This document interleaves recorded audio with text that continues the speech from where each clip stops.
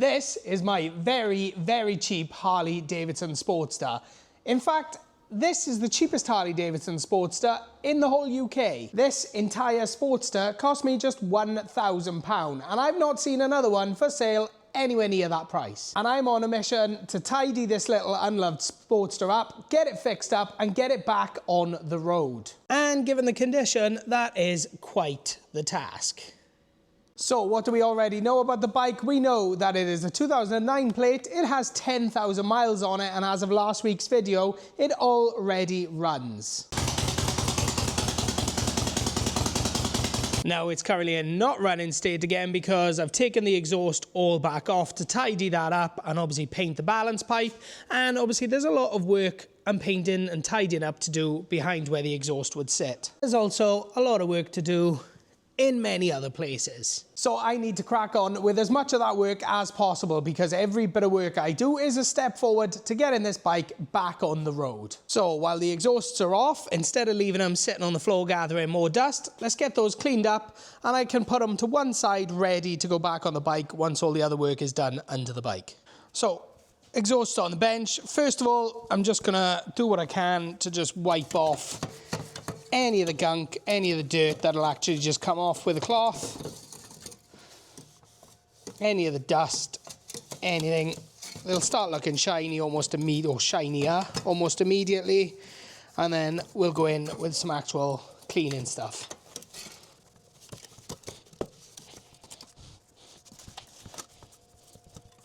Should probably put some gloves on, stop getting some fingerprints everywhere.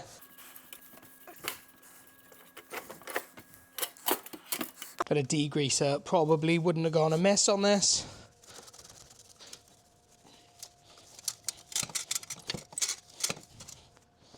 Next step, this is going to go through me a bit. We're going to do these one at a time. I'm actually just going to go over it with some trusty aluminium foil. Not the most amazing thing for this. Also going to use a bit of WD just to help it slide a bit better. Now normally I would use like quadruple gauge or ultra fine wire wool, but I can't seem to find mine and there wasn't anywhere I could think to pick some up. So just gonna go ahead and rub it with this. Because the aluminium foil won't actually scratch the chrome, or shouldn't, because the chrome should be tougher than the foil. I think that's how it works anyway. But this should just help me take off those bits of like rust and pitting and get it back to somewhat clean.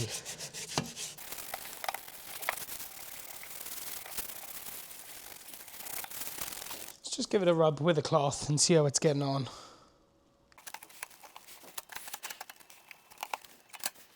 I mean, that is much shinier, nicer already. It's nice and clean.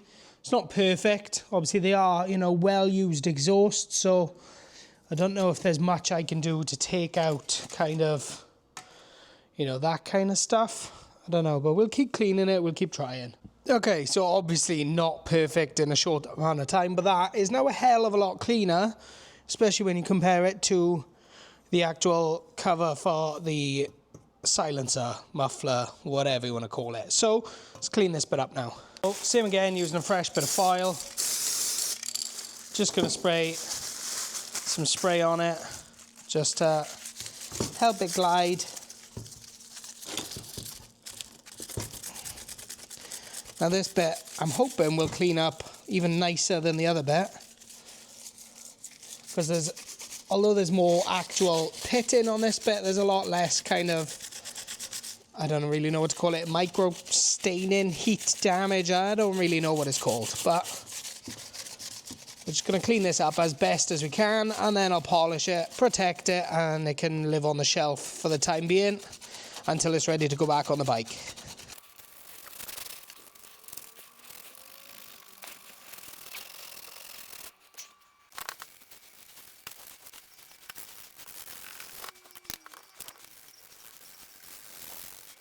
So all in all, for sort of 10-15 minutes of cleaning, that looks considerably better. I mean, it's never really going to be showroom, it's not going to take all the scratches out and things, but it's a damn sight better than that one. So, same again on this one, and then polish them, put them to one side. So once again, just see what comes off with the cloth, any dust, any debris, whatever.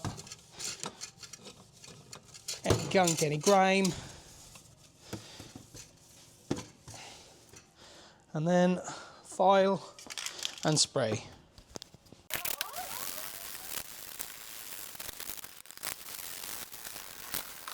Okay, now they're cleaned up, but kind of as best as I can get them for the time being. We're just gonna, bit of auto sol, good old auto sol, just to put a bit of polish on them, maybe protect them a little bit.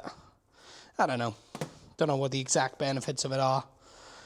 This is not going to be the final clean, because obviously when they do eventually go back on the bike, they will be cleaned up again for the against time, but for now, we're just doing what we can to protect them while they sit around.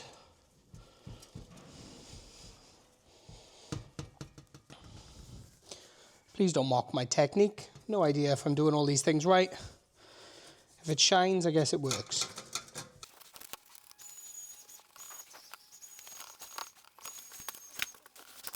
And voila. I mean, it's not perfect, never going to be, but that is drastically improved. Now for the other one. And number 2. Nice and shinier. Now, they probably weren't the most important task to be getting on with at this current stage, but they were just sitting around on the floor. They're now nice, or much cleaner and nicer than they were before, up there on the shelf next to the freshly painted balance pipe. So the next time they need to go on the bike, they're in better condition going on than they were the last time we saw them. Or at least that's my logic on it anyway. It might be a bit backwards, but who cares? It's done now. That's one less thing to do at a later date. So while I am doing some chrome cleaning, I might as well do the air filter housing as well, because that's pretty gross, and at least that'll be nice and clean. So again, step 1, cloth. Step 2, foil and spray. Then a bit of auto sol all over once again. And buff it all off.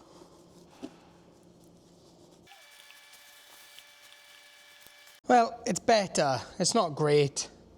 I think maybe at some point we might have to change this, because I think that might just really let the bike down at a later date, because I think it's just too far gone. There might be a way. If you know a way of getting all of that out, then let me know, but I don't know. I think that might just be too far gone, but from a distance, it doesn't look too bad. Okay, that'll do for chrome cleaning. I'm getting a bit bored of that, and it's pointless doing too much of it now, because like I said, it is all gonna get dirty again, and we might even change some of those parts later down the line with this bike, but just trying to take small little wins just to take it up a couple of notches so it doesn't quite look as sad. So next up, we're gonna crack on and move a little step forward on something I left a bit half done last week, and that is the belt guard, because I did an etch primer last week, or in last week's video, which was a couple of days ago, and now I need to do a bit of actual primer. I don't know if this is the exact process, but last week I read that you go over the etch primer with a primer just to build it up. So I have sanded that and cleaned it off a bit. We're just trying to get a nice even layer all over so that when the paint goes on, it's nice and flat. So let's go.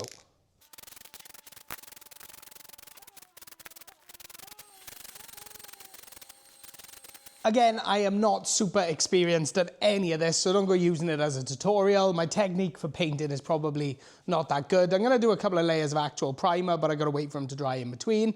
Probably won't show you most of those because you can't really see the primer going on over the etch primer. So we'll come back to that a bit later on when it gets to the point of sanding. So maybe let's take some parts off the bike. Not so excitingly, I'm gonna start down here at the foot pegs, because taking these off, one, it's gonna give me access to when the time comes to take the rear swing arm off, and obviously with that one off and the front one off, gives me better access to clean up the frame and maybe paint or patch in some of the, well, bits where the paint aren't anymore. So that's the right size. Let's try and get this off. Might need a bit of penetrating oil first. It was a good idea to give it a little squirt and a bit of time to set in, and I'll do the rest of them while I'm here. Okay, that's soaked for a little bit. 5/16 Allen key, nice big old imperial size. Let's see if that'll turn. Ooh, actually that was a bit easier than I thought. On the bottom one. Ow, ow, ow, ow. Not my finest moment. Bashed my hand on the sprocket as I pulled that round. Probably should have put the Allen key in a different place, but oh well. First battle scar. Well, technically second battle scar. I've still got the burns from last week. So, wind them out. And then we're just going to wind the bolts back in for safekeeping because I will lose them otherwise. And then same again for the other side. Hopefully don't hurt myself again.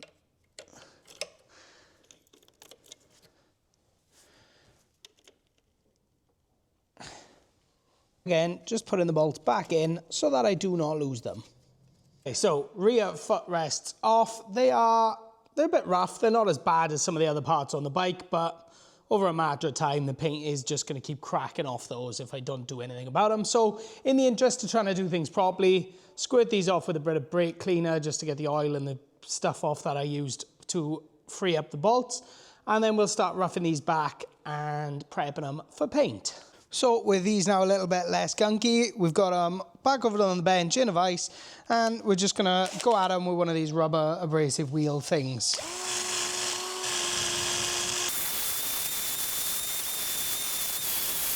It's a little bit slow. Let's try a wire brush, see if that makes a difference.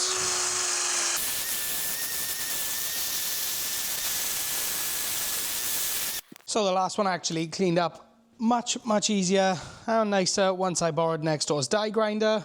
So let's try and do that again.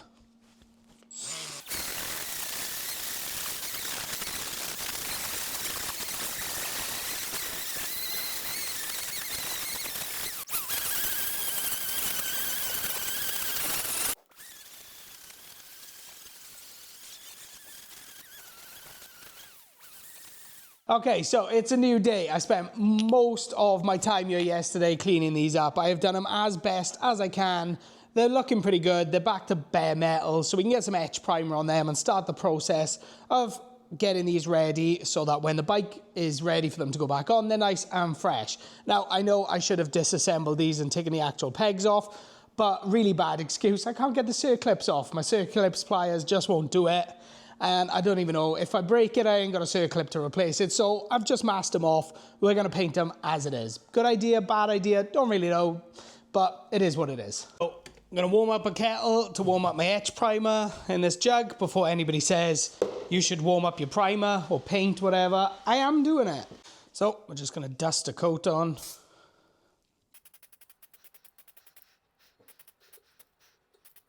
Not going too thick. We'll leave that set for a bit and then we'll do another one. Okay, so killing a bit of time while I wait for the etch primer to dry and harden on the foot pegs. I decided to put the Harley on the bench, which meant I needed to find a new home for the Melody. I will find a better home for the Melody. It is looking very sad and I don't really want to just sat on the floor like that, so I'll sort that out later on. But for now, the Harley is on the bench, which is going to save my back in the long run, especially when it comes to taking the wheel off and the swing arm and everything. It's going to be easier having it on the bench rather than on the floor with no rear wheel. And quite frankly, it just looks really cool on the bench. It almost makes me not feel professional, make me look more professional, but we are far from professional. So back to something from a bit earlier on, and the belt guard. And the primer is looking quite good on there. It does say on the tin of the last primer I used, I need to sand it off with like 600 grit. So I'm gonna give it a quick sand in, bit of a rub down, make sure I get all the dust and everything off. And then in theory, it should be ready to start painting this.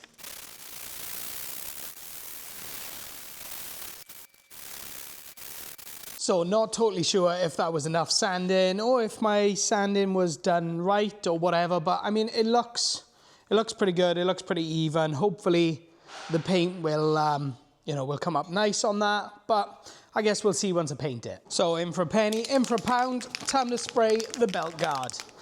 Let's hope to God I get this right.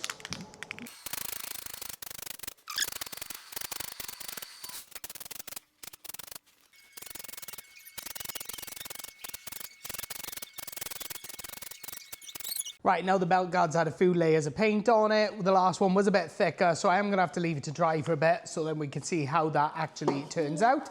I think I should take some more parts off the bike while I wait for it. Now with the bike on the bench at a nice handy height, I think I should take off this, the rear mudguard or Fender if you are American and watching this. Now, I'm not entirely sure how this comes off, where it's attached.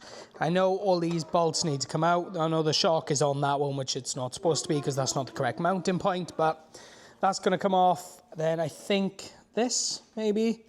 I don't know. We'll work it out. So these bolts either side are not really attached to or threaded into anything, so they'll pop out. And hopefully the same for the other side. Yep, it's coming. Okay, so with the shock out the way and all the other nuts and bolts, this one should now pop out. And then in theory, this should wriggle free. Should probably take the indicators out first, or indicator wire in at least. Hopefully that will go through the hole.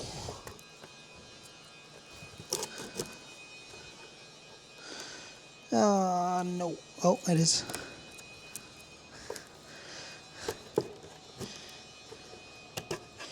Never mind, we're going to have to redo them. Sometimes one step forward, one step back. Okay, so it looks like the whole rear loom, or loom for the rear cluster, is just resting on this plug. And now with that undone, I should, in theory, be able to take this out. It's off. Now to do something a bit out of place, and probably totally pointless, but it'll just help the bike look a little bit tidier. And then, of course, we can burn it off later. For the back wheel.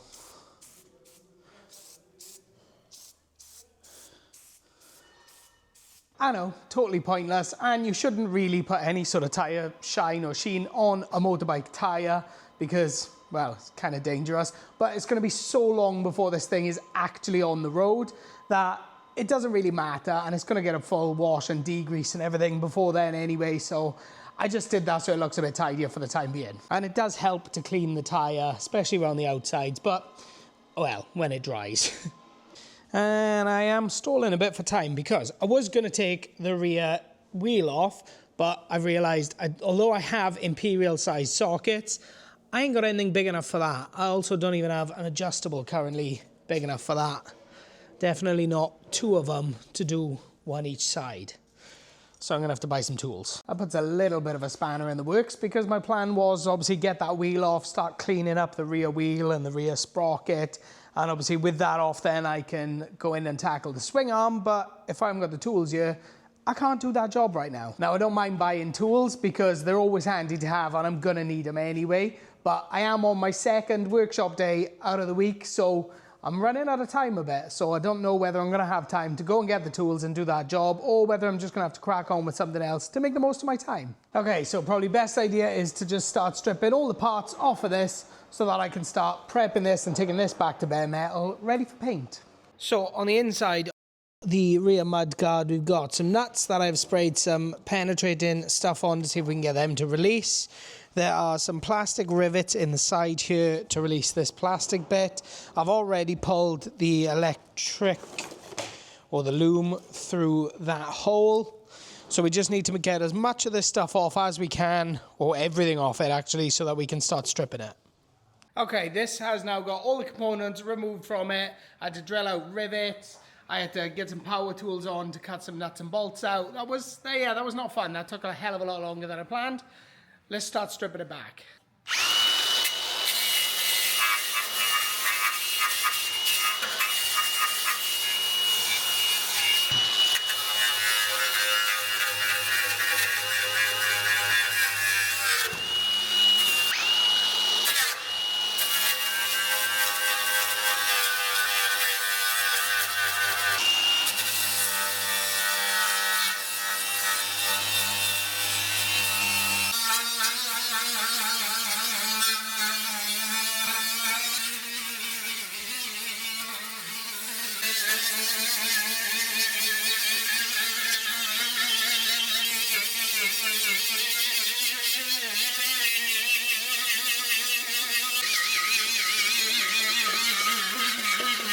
Well, that fender is actually taking so long, even my missus is getting stuck in. Keep going. So while she takes care of that, I am going to put some lacquer on the foot pegs. Okay, don't know how much of that I filmed between me and the missus, but that is now pretty much back to bare metal, or on the outside at least. I haven't done the inside yet because that took probably the best part of an hour and a half, getting on for 2 hours to strip all that back. That was one hell of a lot of work. Very dusty work. I now see why most people probably wouldn't just bother and they would just pay someone else to do it or go get them sandblasted or something, but that's not really an option. We are working on a shoestring budget. So I have got to try and do everything myself, or as much as I reasonably can anyway. And doing everything yourself takes a lot of time, and time is something I am pretty much out of this week. I managed to squeeze in an extra couple of hours just to get that fender done, but I am gonna have to call it there. At least for this week anyway. So I apologize if this has not been a mega exciting video, because it is just me prepping and painting parts, but these are some of the hard miles when doing a project. There's obviously still a very long way to go with this Harley, and still a lot of parts to prep and paint. And in a lot of people's eyes, I might be doing things a bit backwards by doing the parts that I'm doing now. But my logic is that if I take them off and I get them ready so that they're done, then when it comes to reassembly, that will be much easier, rather than me just disassembling everything, getting in a complete mess and forgetting to do things and scrabbling to do it later. A bit like what's going on with the Melody restoration over there, where I totally forgot what I'm actually doing with that. But this is what consistency with a project looks like. Sometimes it's exciting, like when I bought the bike and finding out whether the bike actually runs. Then obviously you've got the not so exciting stuff, which is the cleaning, the fixing, all the little bits in between. But eventually we'll get back to the exciting stuff, like reassembling it and get it out on the actual road and seeing if it'll pass an MOT and things like that. But obviously we are a little way off that just yet. So here's what I'm gonna do. Because we've had 3 weeks of Harley videos now, I think I'm gonna take a break for next week. I'm still gonna keep the work going, but I'm gonna put about 2 weeks worth of work, which is, you know, sort of 4 half days, I guess, into one video. And I'm gonna get a spare day to try and see if I can finally get this Yamaha to run, because I'm pretty sure I know what I need to do now. And that also kind of just saves you another week of me just scrubbing bits and painting them. So hopefully the next video with the Harley will be quite a big one and a lot more exciting than this one. But I guess we'll find out when we get there. But either way, if you've enjoyed this video, then make sure you give it a thumbs up. And if you think I've made good progress, then let me know in the comments. And I'm still open to ideas for what color I should paint the Harley, the tank, the rear fender. So far, majority are saying gloss black, but I am still open to something a little bit different. So if you're new to the channel and you haven't subscribed yet, then make sure you hit that subscribe button so that you don't miss the future of this Harley and, well, the other things that I've still got going on the channel that I am not forgetting about, because we are going to take a crack at one of them next week. So as always, thank you so much for watching, and I'll see you in the next video.